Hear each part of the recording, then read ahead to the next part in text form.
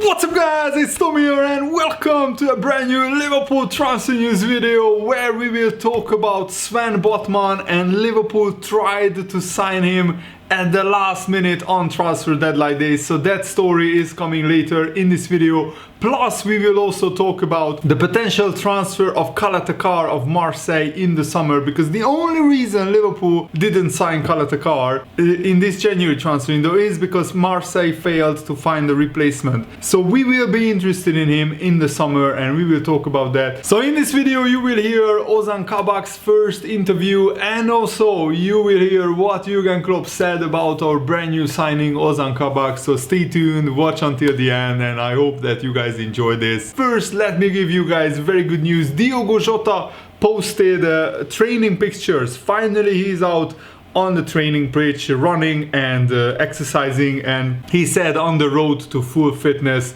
And this is very exciting news. Also Naby Keita was pictured in a Liverpool training. I think Liverpool are bulking up Naby Keita to be a similarly robust player like Jorginho Wijnaldum for the next few years, and that's why we haven't seen Naby Keita much, but you will see a much more improved Naby Keita when he returns on the pitch. I'm pretty convinced. So guys, if you are excited about the Liverpool transfer news, leave a like, and also let me know what is your prediction for the Liverpool-Brighton game tonight. Leave your predictions in the comments below, and the Liverpool career mode is making a return very soon. Thanks for your patience. I have a lot of episodes lined up for you guys. So Liverpool made a pretty desperate last-minute attempt to sign a Lille centre-back, Sven Botman, on transfer deadline day. According to the Mirror, Liverpool offered Divock Origi to help accelerate the transfer, but Lille didn't really bite. They didn't really want Divock Origi, and obviously they couldn't find a replacement in time, just like Marseille.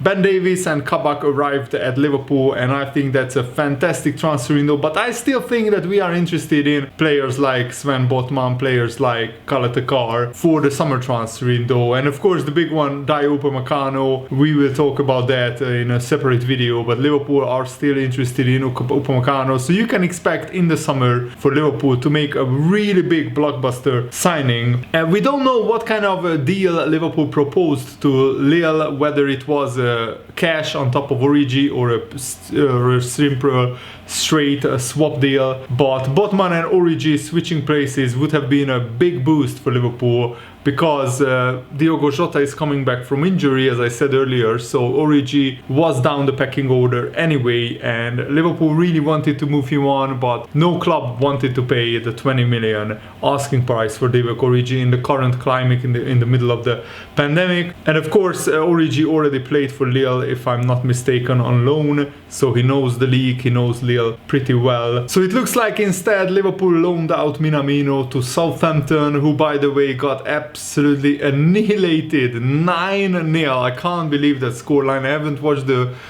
full highlights of that game yet, but I will later today, and I still can't believe that Southampton lost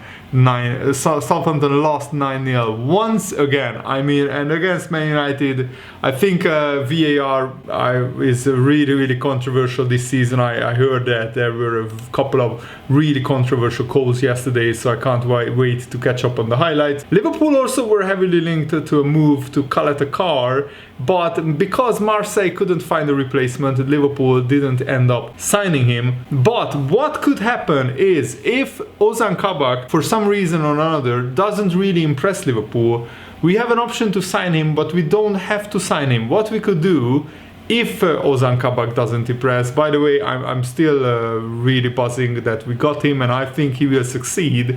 But there is a scenario where if Kabak fails, then we could send him back to Schalke, and then we could go for Kabak in the summer transfer window, because he's also a very highly rated player. He's from Croatia, and he's of course an international footballer, pretty good player already, and he really wanted to move to Liverpool. He was pretty devastated that the move didn't work out in the end. And Sky Sports published a very insightful article saying how Liverpool pulled off Ozank Kabak. They said that Schalke had their pants pulled down on this one. Financially speaking, they are in ruin. They had a pretty poor 12 months and they are bottom of the Bundesliga. and their financial accounts are in a pretty dire situation to basically let go what is essentially their prized possession in Kabak, a really talented young defender, for a couple of million upfront on a loan with the potential to buy if Liverpool fancy it later. I don't understand how they have not been able to press Liverpool into a more difficult position. I know Liverpool obviously weren't working with huge sums of money up front, but this feels like a very one-sided deal in Liverpool's favor, as Liverpool were in a state of desperate need. I don't really understand how Michael Edwards keeps doing it. Kabak is a good player. He has great physical attributes. He's aggressive, he is good in duels, he wins a lot of aerial battles. So I'm excited to see what he can bring to Liverpool's team. He definitely feels more the caliber and more of the level that is required at Liverpool, more than Phillips and Williams were. No offense to them, but Williams was in the National League North last season, so it is a big step up, and Kabak is more suited to it. Another transfer expert said this is quite a clever deal on the face of it from Liverpool, because Kabak is a young defender. All the reports coming out of Germany say that he is very good. Schalke are bottom of the Bundesliga, so you have got to question the fact he has been playing in a struggling team, and they have not been doing very well at all. But Liverpool have been tracking this guy for a couple of years by all accounts, so it was not just something they thought about in this transfer window. As we know, Liverpool's mantra, their recruitment policy, has always been to have a long-term view on players. We all remember when they wanted to sign Virgil van Dijk, it didn't happen the first time around. They did not go for anyone else. They waited, they got their man. I do not know whether this was along the same lines as Van Dijk, because I don't want to put that pressure on Kabak, but he has been a long-term target for Liverpool. All of the Liverpool fans we have heard from on social media were very pleased with Michael Edwards and what he has done recently for Liverpool in their recruitment. Looking further on, 6 or 7 months down the line, if and when Van Dijk, Matip and Gomez are back fit and ready, what happens with Davies and Kabak? It will be interesting to see what Liverpool do, particularly with Kabak, because it is a loan with an option to buy. Are they just filling a gap just to see what they can do, and then realizing they've got a few of their main defenders coming back from injury, so they will not need to exercise that option? I think what is important is that Liverpool have that option to buy Kabak, and I think in 6 or 7 months that's enough time for Jurgen Klopp to really assess how good Kabak is, to watch him closely on the training ground, and hopefully we will sign him permanently. Another transfer expert said on Sky Sports, Kabak is going to need every attribute to succeed in Liverpool's defense. We are talking about one of the best teams in the world, and they play with a high line and press. Their centre-backs play in big spaces, so they need their recovery speed, and they need their one-on-one ability. They need to be able to turn properly, and they need to be able to duel in the air. Van Dijk, Matip, Gomez, these are all really complete centre-backs. To be able to play at centre-back for Liverpool, you have to be really good. The most important thing is probably that recovery speed, because that's what Phillips and Reece Williams have really struggled with. They have got some pretty good fundamentals on them, but in that high line, when they get turned, the Premier League is an unforgiving place. The wingers are absolutely rapid, so that speed on the turn is really important. That's what makes a centre-back capable of playing for Liverpool, or what doesn't. And now let's talk about Ozank Kabak's first interview for Liverpool. He is a boyhood Liverpool fan, and he was beaming with a smile when he took the pictures with the Liverpool kit and everything, and he said, I feel so happy and excited. Such a great club like Liverpool. I want to show myself, I want to play. I'm looking forward to getting some minutes and some wins with this amazing club. It was so busy because it was the last days of the transfer period. We had limited time, and it just happened. Schalke and Liverpool had a conversation and came to an agreement. Finally, I'm here. So happy to be here. The most important thing is that I'm here now. Liverpool was my childhood dream, so I always wanted to come to this club, to play at this amazing stadium in front of these amazing fans. So it's a dream come true for me. It's even more exciting for me because it came from my childhood. I watched ex-Liverpool players a lot of times, like Steven Gerrard, Sami Hyypiä. I know there is a lot of legendary players. I also watched the Champions League final in 2005. I was really impressed a lot of times watching these games. They are my best memories. Yes, of course, I always watched the Premier League, and of course Liverpool. The last couple of years, they really dominated the Premier League, the Champions League. I would say this team is an amazing team, and I can say maybe the best team in the world. So I'm so happy to be here. I'm just so happy. I would say I'm physically strong and ball playing centre back. I'm good in the air. Sometimes I can score. I try to score sometimes. That's it. Liverpool play offensive football and press high. Sometimes they leave some space in the back, so I think Liverpool centre backs need to be fast. So I think I suit Liverpool style of play this way. Also, they like to play and build the game, so you need to have good feet to build up the game. So I think I suit Liverpool very well. The English Premier League, I think, is the highest level of football. It's a really, really good league and a hard league, maybe the hardest league in the world. But I have played a lot of Bundesliga games, and I think the Bundesliga is also a really, really good level of football. So I think it will be a good challenge for me, and I'm ready for it. I played with Galatasaray in the Champions League, I think 4 or 5 times. I missed the song and the atmosphere a lot. I'm so happy and excited to play and hear the Champions League song. It will be great. Liverpool is a great team, and they have great players. It doesn't matter how many injured players they have or who plays in the centre-back position. If they do their jobs well, then I watched the last few games and they played very good. Our coach will decide when I'm going to play or when I'm going to sit on the bench, but I will give my best and I will be ready when that chance comes. Virgil van Dijk is the best centre-back in the world at the moment. The last 3 or 4 years he was always on his best performance.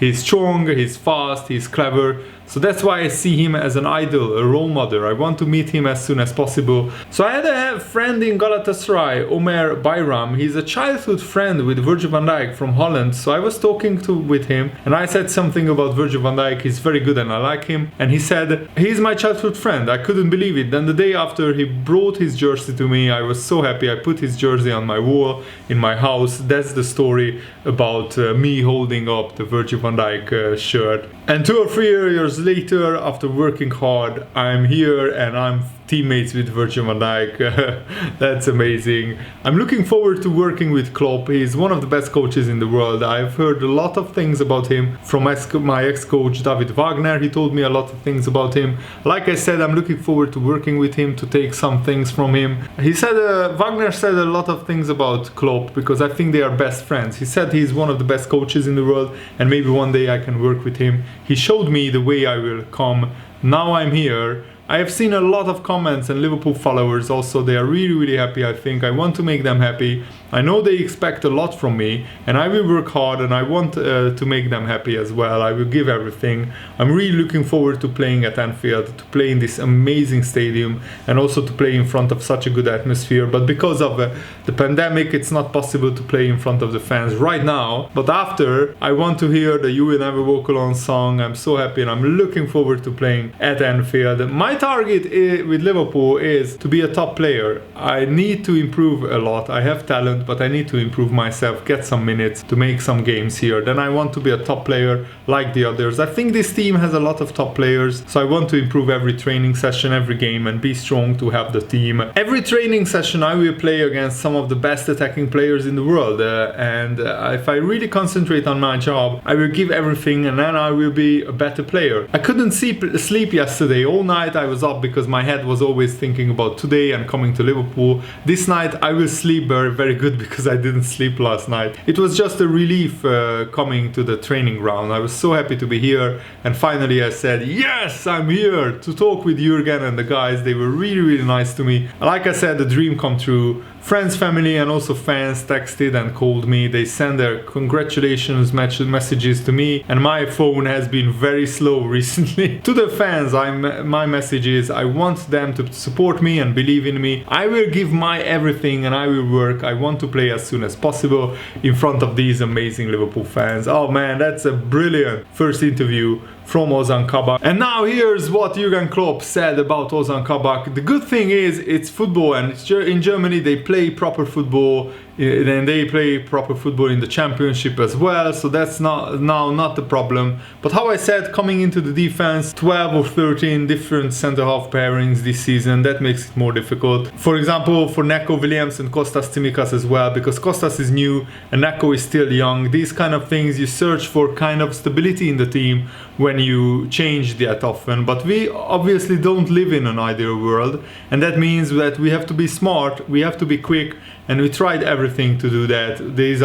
There are different things we can do and help them, and then it goes faster. We play obviously different to Preston and obviously different to Schalke, that's clear. They will need time, but we don't have a lot of time, so we will use the time we have in our hands and try our best. So if they would have to start tomorrow night together, I think that would be not too cool, but we will give them a few more days. And Jurgen Klopp also talked about he wanted to reassure Nat Phillips and Reece Williams that they are still very much part of the Liverpool squad.